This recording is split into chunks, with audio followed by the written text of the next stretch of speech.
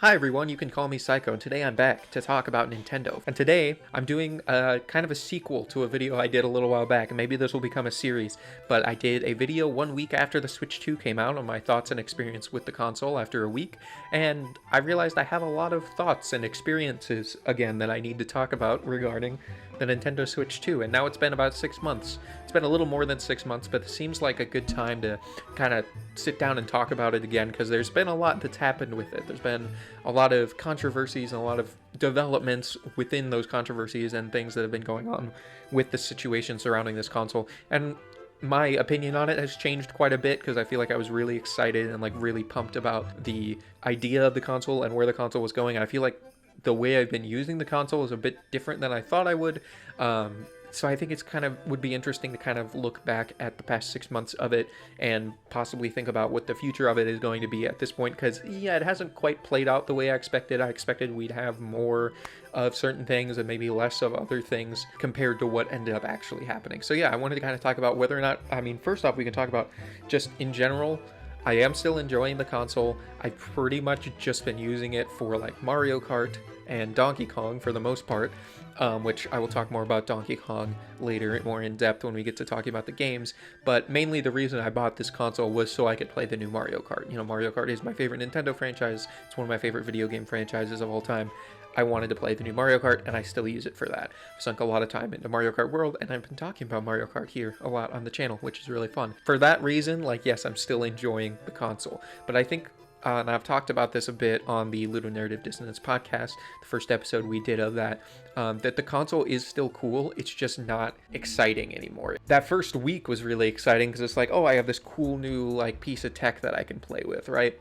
And then you realize as it goes on, like, this is just a Switch 1, but like bigger. And this is the first time Nintendo's really done something like that, maybe since like the Super Nintendo, where they're just like, yeah, this is what we've done before, but it can do a little bit more than the last one could. You know, it's a bit more powerful, and that's pretty much the only selling point. And I think this is kind of new territory for Nintendo, and they don't really know where to go. We're going into like this weird part of the console war, if you will, where Xbox is pretty much dropping out. PlayStation is doing whatever the fuck PlayStation is doing. Nobody really knows.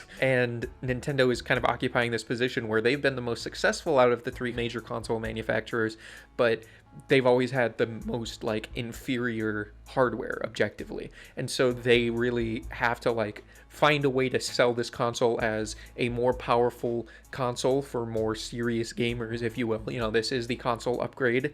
And by doing that, you are catering to the more hardcore gaming audience, but also what made their console so successful wasn't just the hardcore gaming audience, it was the broad appeal. Everybody wanted one of these because it was so accessible. And so it's really hard to find that balance and strike that balance with a console that is just a big Nintendo Switch.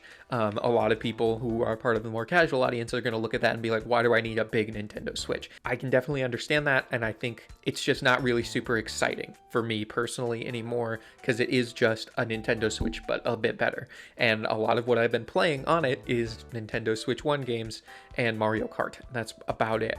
And I think part of that is because the selection of games hasn't been like every Nintendo exclusive that's come out has been quality for sure, but it hasn't been super exciting. They haven't had that big like breakout hit like something like Breath of the Wild or like Mario Odyssey, where like everybody wants to play it and everybody wants to get a Switch in order to play it. So yeah, we can start talking about the games that have come out. Like, I have a list here that I'm going to go through. I have not played all of these. I've only played a few of them really, but I think they're all kind of interesting to talk about. First up, I wanted to talk about Donkey Kong Bonanza. This game, I was expecting to really like it. I'm a big fan of Nintendo platformers, specifically Mario games, and I recently played some Donkey Kong Country Returns, and I really enjoyed that game.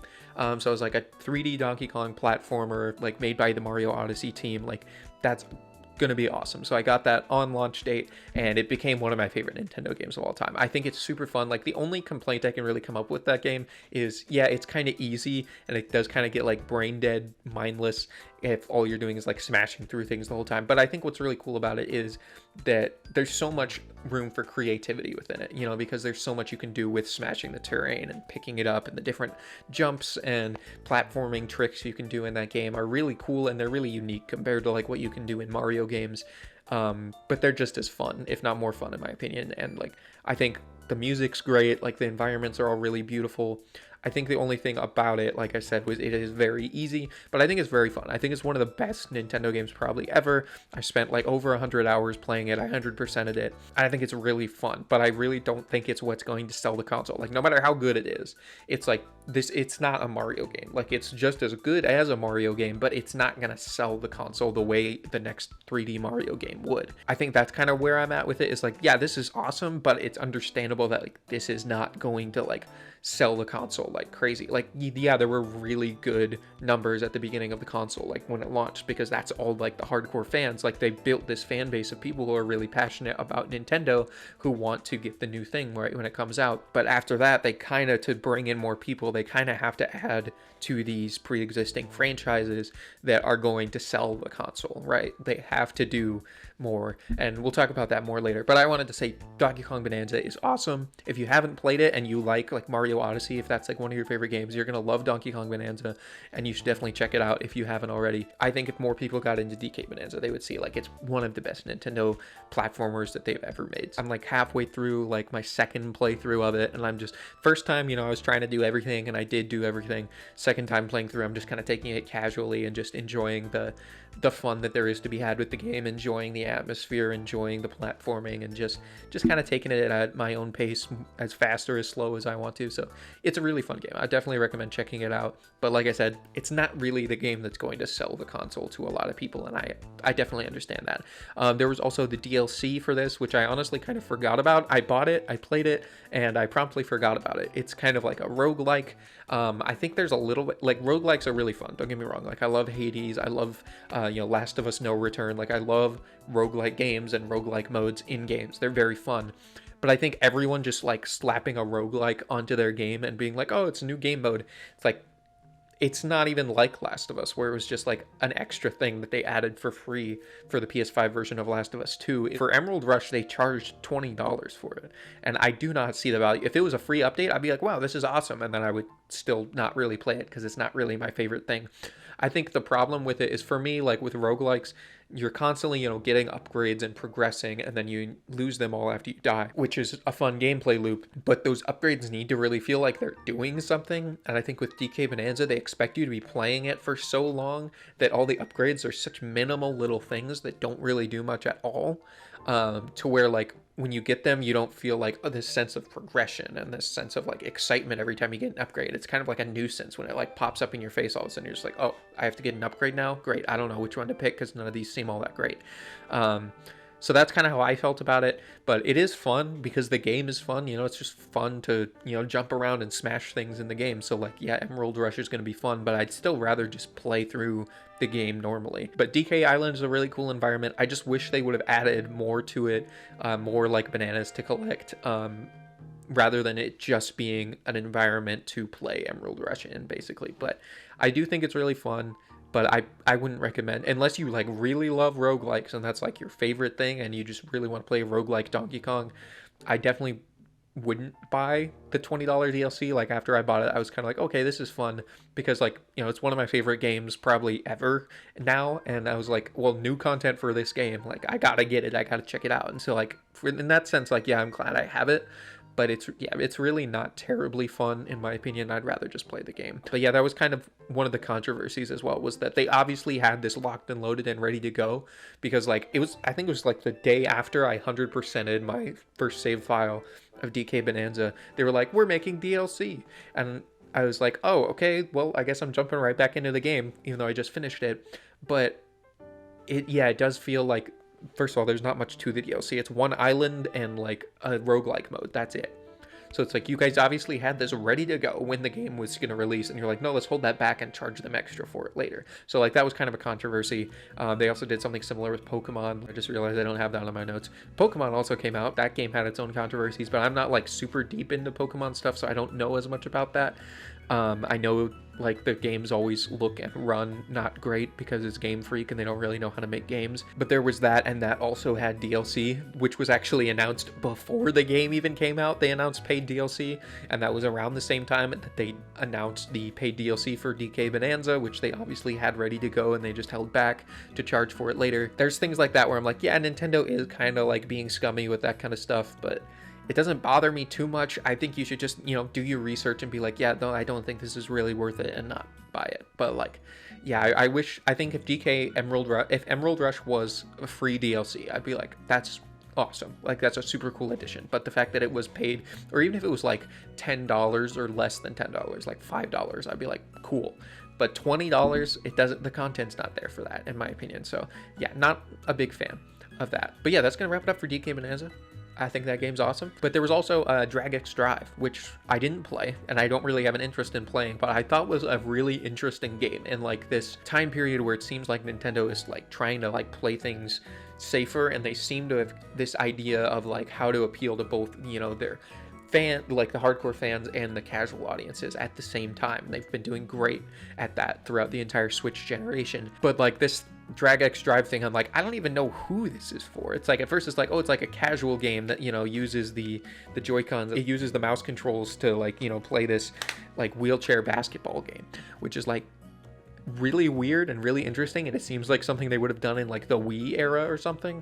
But at the same time, like, casual audiences are not like gonna want to play in mouse mode to play this game. Like, that's weird. I feel like casual audiences probably have no interest in the mouse mode. Like, I mean, I have hardly any interest in the mouse mode. I just think it's kind of cool, I guess. But it's weird to base an entire game around it. And I'm like, just looking at it like, who's gonna want to play this? Like, it doesn't look that like it's such an interesting thing, but it doesn't look that interesting to play. It just looks like it'd be tiring for your arms to be going like this all the time. So I just think that's a weird game to come out, and everyone seems to have kind of forgot about it. It kind of is just like dust in the wind, and like no one's like thinking about it anymore. I literally was looking up games to talk about for this, and I was like, oh yeah, I completely forgot about that. So yeah, it's weird. I don't think anyone's playing it really. I just think it's a really weird experiment that Nintendo did. I think it's kind of cool to see them still trying weird shit like that, but it doesn't look like the kind of game that I would like to play, and I'm struggling to think of anyone who would like to play it. So let me know if you've played Drag X Drive and you really like it. I'm just interested to find out if that person exists, because I feel like this is one of those games that like, who are they even trying to appeal to with this? I feel like it was just a weird experiment they wanted to try, which is kind of cool, but very weird at the same time. The next one I wanted to talk about was Kirby Air Riders, which is Sakurai's game, which, if you don't know, Sakurai, you know, is the game director for the Smash Bros series. And this game is weird. I don't really like, I think it looks kind of fun. I'm not really a Kirby fan though, so I'm probably not going to play it. At least I'm not in a rush to. But I think it's such an interesting game because the entire marketing of this game, like the selling point of this game, was not, it's a Kirby racing game. It was, this game is made by Sakurai. Please, if you know who Sakurai is, please buy this game, because we don't think anyone's going to want to. It looks fun. It looks fine. I think the problem with it is it's this early on in the console's lifespan. Like, what the original Kirby Air Ride came out like way after the GameCube came out, right? It came out on the GameCube, but it was long after the launch. I think what you need right now is like titles close to the launch window within the first 6 months that are going to sell this console, that are going to make people go, I need to get one of those, right? You gotta have your Breath of the Wild, you gotta have your Mario Odysseys. I don't know if Mario Odyssey came out within the first 6 months of the console, but it was very close to the launch window. It was at least within the first year. I think a lot of the problem right now is we're not getting those. We're getting Kirby Air Riders, and it's like, I'm sure it's a great game, it looks cool, but I'm like, who is this for, right? It's for the people who grew up playing Kirby Air Ride. It's for people who like Kirby. It's for people who like Sakurai and like Smash Bros. And it's like, the people who are like gonna fall into all those categories at once are the people who are gonna want to play this game, and that's not a very large target audience. So I think it's a weird game to release this early on in the console's lifespan instead of something else. And like, I know that's not really how it works. You can't just be like, oh, just stop making this game, make a different game. But I think it was kind of poor planning to have a lot of these games. We'll talk about some of the other ones. We've also got Metroid Prime 4, which that's a bit different because they've been developing that for like so long at this point. Like, I don't even know. Like, I'm not a big Metroid guy, so I don't really know. I haven't played these games. I've played a little bit of Metroid, like some of the older Metroid games, but I have not played the Metroid Prime games.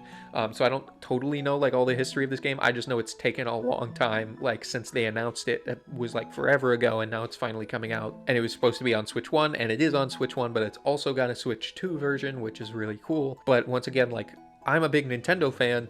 I haven't really played Metroid. Like, I'm aware of Metroid, but that's not going to sell a console to me. You know, I'm not even going to play the game. I might play the first Metroid Prime, but once again, that's a Switch 1 game. I'm only using my Switch 2 for Switch 1 games. Why did I buy this? But yeah, Metroid Prime 4, it looks kind of cool. Like, there was controversies with, like, oh, they're taking away, like, the dark, like, brooding atmosphere by having these quippy, like, Marvel-type characters in it. It's like, yeah, I can definitely see that, like, being annoying. I would understand, like, why fans of this franchise would not be, like, cool with that, why that would kind of ruin the experience. From what I've heard, like, people like this one a lot less than the other Metroid Prime games. So I think it's, once again, like, Nintendo's trying to position this as if this is a selling point for the console, if this is something that appeals to a broader audience, right? Rather than it being like what Metroid Prime always was. It's like, let's take Metroid Prime and try to make it appeal to a broader audience.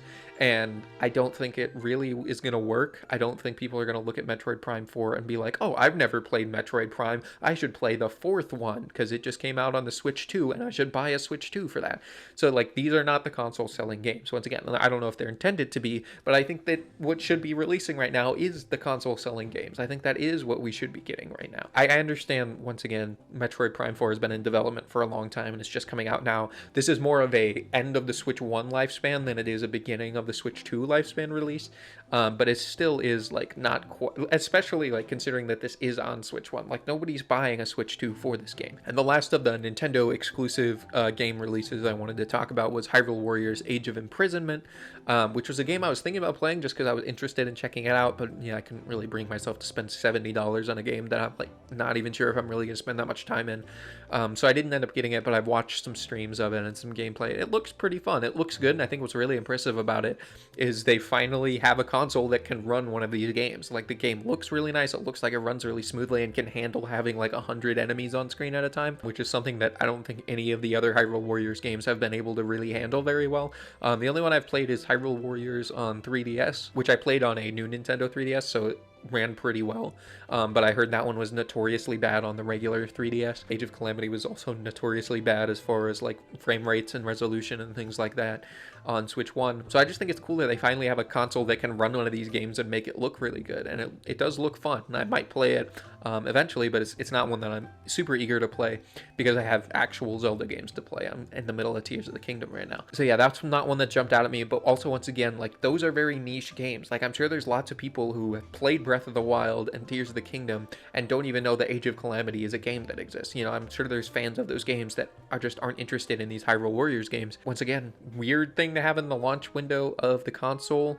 And I know that apparently Eiji Onuma has teased that they are working on a new Zelda, which is like a given. Of course they are, but like, we're not getting that now. And I don't want to sound impatient, obviously, because I am still in the middle of playing Tears of the Kingdom, so I'm not really ready to play another Zelda game right now anyway. But shouldn't we be getting that, like, soon? Shouldn't we be getting more than just Aonuma saying, oh yeah, we are working on that, by the way? Like, we should be seeing more from this. We should be understanding, like, where it is along the process, because we have a new console. Like, we should not be getting $10 like 4K upgrades for the games we already have. We should be getting like an idea of when the next one of these games is going to come out, rather than just getting Hyrule Warriors, which most people are not really interested in playing because it's a very niche kind of game. It feels like it's just kind of trying to hold over Zelda fans just to have like a spin-off Zelda release that's like, hey, here it is, like, we've technically got something for Zelda fans. A lot of the games that are coming out right now on the Switch 2 are not games that you buy a Switch 2 for. They are games that you buy if you already have a Switch 2 and you've had it for a couple years and you're looking for new shit to play on it. That's not stuff that sells the console to you, which is, I think, what needs to be coming out right now, especially in the holiday season. Like, I was expecting to see like a big holiday release, and instead, like, we're just sitting here like, we got what, Pokemon, which is like big in its own right, but it's Pokemon, and like Hyrule Warriors and Metroid. Like, where is like the big release for like Nintendo's big franchises?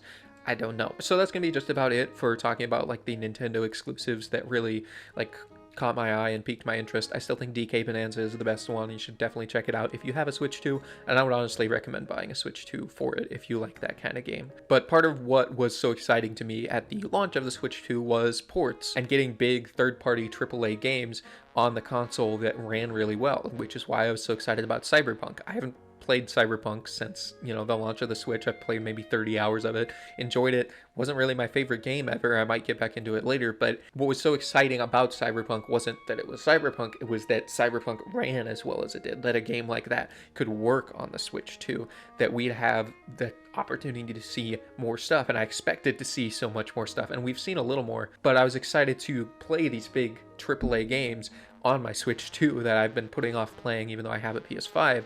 I was excited to finally get around to playing them on the Switch 2, and one of those games was Elden Ring. When I found out Elden Ring was coming out on Switch 2, I was like, okay, I was going to play that on my PS5. Now that I know it's coming to Switch, I'm just going to wait to play it on Switch, because the Switch 2, like, if it can run Cyberpunk, it can run Elden Ring, right?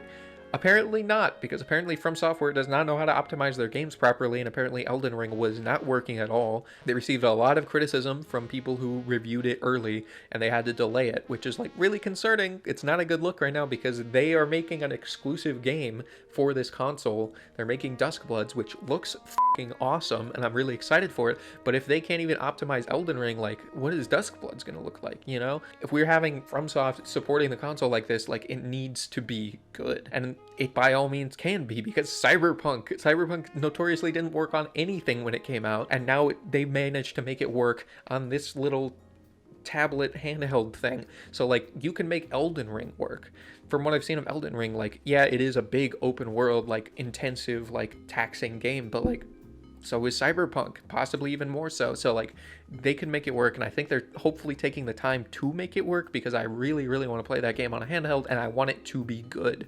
If it comes out and it's still a shit show, then I'm probably just gonna end up playing it on PS5, because I don't want to play a crappy version of the game. I want to experience it in a good way, even if it's worse than it would be on another console. Having the ability to play it handheld is something that I value a lot, and having the ability to play it on Nintendo, which is my go-to console, that's something I value a lot. So I hope that they get that to work, but it is concerning for ports on Switch 2, because it did seem at the beginning like they could do anything if they can get Cyberpunk to work. And now it's like, well, if Elden Ring isn't working, either that's a FromSoft issue or that's a console hardware issue. And it makes it really concerning to be like, oh no, hopefully we're not going to have another Switch 1 situation where we get games on the console, but they don't really work, or we just don't get so many games. Speaking of games that were on Switch 1, I kind of want to talk about that really briefly before we talk about some more stuff that's been coming out and that's been confirmed for Switch 2. I know I talked about Arkham Knight a bit in my 1 week of Switch 2 video, but yeah, it has been receiving updates, and these updates have made it work. Like, it still looks like shit, like the textures are still terrible and the frame rate's still low, but it's consistent. Like, it's consistently like close to 30 frames at least, and like, doesn't break when you get in the Batmobile like it used to when you played it on Switch 1. So like, it is a serviceable version of the game, even though it looks much worse. It works now. I'd rather have a Switch 2 version of the game, but I think Arkham Knight is like a particularly taxing game because of all like the weather effects they have in it and all the like neon lights and things like that in the city. Like, that game is going to be hard to get to work, but I think they could do it, right? Like, they got Cyberpunk to work, like they can get Arkham Knight to work. I think they need to do a Switch 2 version of it, but it's been getting updates for Switch 2, and like, the resolution has been improved, the frame rates have been improved, it doesn't lag anymore. So like, that's cool, and I've been trying it out, and like, yeah, it's cool that it works a little better now. I'd still rather have a better version of it, but it works. So anyway, that aside, we've also been getting Switch 2 editions. So there's games like High on Life got a Switch 2 edition, Skyrim got a Switch 2 edition, and recently Red Dead Redemption 1 got a Switch 2 edition, which gives me hope that Red Dead Redemption 2 will come to the console eventually. I don't know if I'll pick it up if it does, but I will be very tempted to. But yeah, Red Dead Redemption 1 has like a PS5 upgrade now, I believe, as well, and has a Switch 2 edition, which is really cool. It's an older game, that's the thing, is it's a pretty old game at this point, but it's cool that they upgraded it and made it run a little bit better. I'm pretty sure it always ran pretty well on Switch 1, but it's cool that they got it to work on Switch 2 even better, and I would love to play that, because I still haven't played the first Red Dead Redemption, so I would love to get around playing that hopefully soon, maybe after I finish the second one, which has taken me probably years at this point to get through Red Dead Redemption 2, because it's such a huge game, but it's so good. I would love to see that come to Switch 2, because I think it could work. I think you could make Red Dead Redemption 2 work. It would be awesome to have both Red Dead Redemption games on the Switch 2, and I think we could see Rockstar port like GTA 4 and 5, possibly even 6, probably not. I mean, GTA 6 is going to be like the biggest game ever, probably, which is why everyone's so excited about it. So that might not ever come to Switch 2, because it might just be too much. but I think we could get both Red Dead Redemption games, and I think we could get GTA 4 and 5 on Switch 2, and I think it would run them very well. But we'll see. Red Dead Redemption Switch 2 edition, very exciting, very cool. Fallout 4 also got an anniversary edition, which I'd been saying for a while, like Fallout 4 could work on Switch, and got a Switch 2 edition, so like that's cool. We got Assassin's Creed Shadows. I'm not really an Assassin's Creed fan, but the fact that Assassin's Creed Shadows came out and is apparently a really good port, really cool. Star Wars Outlaws, I've played that game on PS5. It kind of sucks, but like the fact that it works on Switch, pretty cool. Once again, it's just cool to see like a lot of these ports are working. So like just because Elden Ring doesn't work doesn't mean like, you know, there's no hope. That seems like that's just a From Software problem, and they could probably figure that out. But most exciting for me personally is that Resident Evil 7 through 9 are confirmed to be coming to Switch 2 beginning of next year. I've been really wanting to play 7 and 8, and I've been excited for 9 as well. And so all of those coming to Switch is really cool. I think that'll be a really fun way to play the game, you know, playing a spooky game, like, you know, all cozy and in bed like this. Like, I think that would be really fun. So I'm excited to play those eventually. But I'm really excited for 9 now that it's confirmed that my beautiful, wonderful man, Leon S. Kennedy, is going to be in that game. I'm very, very excited for that. And the combat looks like it's going to be awesome. It looks like they're going to blend like the horror and the action in a way that is really what's made Resident Evil so fun for me personally. So I'm really excited for 9, so I probably will end up playing that. Maybe not when it comes out, but we'll see. This is the kind of thing like that I'm talking about, like when we get like big budget AAA releases like day and date on the Switch. Like this is what I want to see from the Switch, and I also want to see them go back and do games that couldn't work on Switch 2, and we haven't been getting very many of those. Like if the most exciting thing that's come out now, like that's actually been released since Cyberpunk, is Red Dead Redemption, which is an Xbox 360 game, like we're not in the best of shape with that kind of thing. But I think the fact that we've got things like Elden Ring and Resident Evil on the horizon, I think it's going to be all right for that kind of thing, but I am a little concerned still because we haven't gotten very many. Some things just seem like no-brainers. Like me personally, like I'm a Five Nights at Freddy's fan. I've been wanting to play Secret of the Mimic, but I'm like, I feel like that's going to get a Switch 2 version. Like if any game was going to get a Switch 2 port, like that's got to be the game, you know? Like I could play it on my PS5, but I'd rather play it on Switch, and I feel like it's going to come to Switch and it's going to work well on Switch, but it hasn't. And I think it's just because they've been like very restrictive with their dev kits early on. So I think we'll see it start to open up a bit more, even more than it already has started to. But I am hoping for things like that. Also, Doom the Dark Ages, we had Doom and Doom Eternal on Switch 1, and I would first of all love to see those get Switch 2 editions because they would really, really benefit from that. Like those games already worked surprisingly well on Switch 1.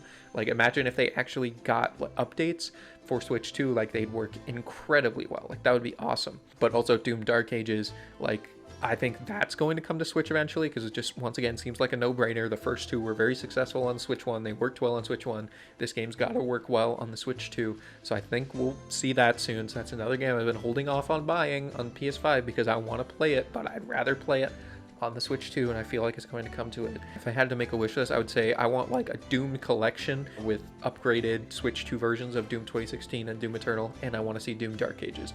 And I want to see FNAF Secret of the Mimic as well, and maybe even updated versions of like Security Breach and Ruin, which I still haven't played those. I'm a fake FNAF fan, I know. But yeah, that's gonna just about do it for the games I really wanted to talk about.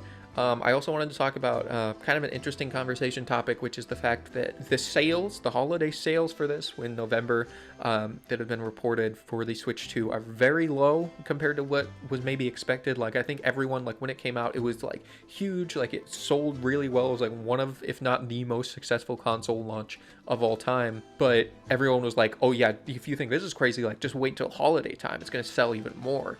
And now it's like, no, it's not, you know, like it apparently sold like a abysmally low amount, and I think a lot of people probably just don't really have the money to spend right now. But at the same time, like if they did really want, you know, if people did really want this console like for Christmas and stuff like that, like it would be selling well. I think the problem is the only thing on this console that casual audiences and general consumers are really going to be excited about is Mario Kart. Like that's the only thing that's selling this console right now, even though all the other games are good. Like I said, Mario Kart's the only thing selling the console. And like if you just got one game, like when you think about it like this, like Mario Kart 8 Deluxe did not sell the Switch. I think that's an important thing to remember, and that maybe Nintendo is neglecting to like remember, because they just look at it like that was the most successful game on Switch. Do the follow-up to that on Switch 2 at launch. It's like, that's great. The thing is, Mario Kart 8 Deluxe is Mario Kart 8, which is a Wii U game, and Mario Kart 8 did not sell the Wii U. Obviously, nothing sold the Wii U. Nobody bought it, so you can't really necessarily count on that to sell the console. I think the reason Mario Kart 8 Deluxe is so popular is because people who already bought a Switch for something like Breath of the Wild or Mario Odyssey realize like, oh wait, this is like really great for like party games. Let me get Mario Kart. And then they pick up Mario Kart and it's really fun. And then, you know, people play it together and everybody ends up buying the game and it ends up being really popular. But that's what I'm saying. I feel like Mario Kart is not the game that sold the Switch 1. I mean, it did to me because I love Mario Kart, but it kind of took a while for me to get around to getting a Switch 1. But I think Mario Kart is one of those games that people buy for their Switch when they've already bought other things. So like that's kind of where I'm at with it. It's like I think that might be why not a lot of people are picking it up for the holidays, because not a lot of people really buy the Switch for Mario Kart. It's kind of just that game that everybody has if they have a Switch. So maybe I'm wrong about that, but that's the way I'm looking at it and why I think maybe it's not selling as well in the holiday season as they thought it would. And just in general, like I've said about everything else, like nothing has really come out that's really that console selling game. I think the fact that they don't have like those big heavy hitting franchises like Mario, there's no Mario platformers that have come out for the console, even though DK Bananza is probably better than any Mario platformer that's ever come out. It's not a Mario platformer, so it's not going to sell as well. You know, we haven't had a Zelda release. We had Hyrule Warriors. That's not really a Zelda release. It's a Dynasty Warriors release. And we have not had Animal Crossing. I think the fact that none of these games were announced or shown at launch shows that this console is not going to have anything from those franchises for a long time. It's going to at least be another year or so, I think, before we see those franchises come to the console. And I think that's what's really biting them in the ass right now, is they're not like putting out games for those heavy hitting franchises. They put out one game from one heavy hitting franchise that really, it may be the best selling one, but I don't think it's the best selling one because it's the incentivizing console seller. I think that being the only thing selling your console and having a bunch of random shit like Kirby Air Riders, no matter how good it might be, it's not selling the console. I think that's why we're looking at it right now. And also we're in like an economic crisis, which like I'm not really qualified to talk about, but a lot of people don't have as much money. A lot of things are getting way more expensive than they should be. And that's playing into the fact that people can't afford, you know, big luxury game consoles like this. I think a lot of people are just looking at it like it's not really very inventive. It's not very original. It's not very novel. It's just the same thing again. And it's honestly less like fun. Like, I don't know how to explain it, but like you look at this compared to like what the Switch 1 looked like with its like bright neon Joy-Cons and stuff, like it looked like a cool toy, you know, like a cool new toy that every kid is going to want to play with. And this, like, they're trying to make it look like a Steam Deck or something like that, which like I like, but like that's less fun for like general consumers. It's not as like eye-catching and like fun looking compared to like what the Switch 1 and like even the Switch Lite were. So I think that's also maybe part of it, is like this comes off as like this is the Nintendo Switch for like the serious gamers, and the Switch 1 and Switch Lite, those are fine for like the casuals and kids and stuff like that, which like that's honestly fair, because like what is really coming out for Switch 2? Not much. But yeah, I feel like Nintendo's kind of in trouble. Like they could probably turn it around, but like right now it's looking like, ooh, it looks like those sales, those big sales we saw at the beginning are kind of going to drop off now, because we're not seeing those big console selling games coming out, and we're probably not going to see them for a while. Like there's just not like, if I was a casual Nintendo fan who wasn't as involved in all this stuff as I am, I probably wouldn't be terribly interested in this console, and I'm already kind of not, and I've kind of touched on that already. But it's not really this big exciting fun thing anymore. It's just the next Switch, and it's a Switch that I'm just kind of playing Switch 1 games on now, you know. But yeah, as I've kind of been saying throughout this whole video, like if someone asked me like, is it worth getting a Switch 2? I'd be like, do you like Mario Kart? And if they were like, no, I'd probably be like, then probably not, you know, because it's kind of the only big game on here right now other than Donkey Kong, which is awesome. And if you like Mario, you'd like Donkey Kong, which I have to keep mentioning because it's awesome. But if you're not into Donkey Kong or Mario Kart, then like probably no, like probably wait until the next Zelda and Mario, Animal Crossing, whatever else comes out. And it's kind of sucks that we're probably gonna have to wait, and I will eat my words. I'll be right here. I will make a video if we get like an announcement of the next Mario, Zelda, Animal Crossing in the next couple months. I'll make a video right here and I will eat my words on camera. But yeah, for me, Donkey Kong and Mario Kart alone make this thing worth having. And just the fact that this is my main console where I play most of my games, it's worth having, even if a lot of those games are still Switch 1 games, because there's really not much for Switch 2 at this point. But at this point, like, you know, this is the phase where, like, we're early on in the console's lifetime, but I think they really need to put something out that's going to sell this console. I don't think Mario Kart is quite going to do it. Maybe I'm wrong. I think especially with it being $80, a lot of people are turned off by that. Everything's expensive now, and I get it. Like, people don't want to spend it. Nintendo needs to give them a reason to want to, and they're not really doing that right now. So hopefully they get it figured out, because I really do love this console. I think the future of it is going to be really great. I'm worried that though would be kind of a Wii U situation, but I think judging by how well it's sold, like, it's not going to be as bad as the Wii U. Even if it doesn't sell half as many units as the Switch 1 did, it's not going to be a Wii U situation.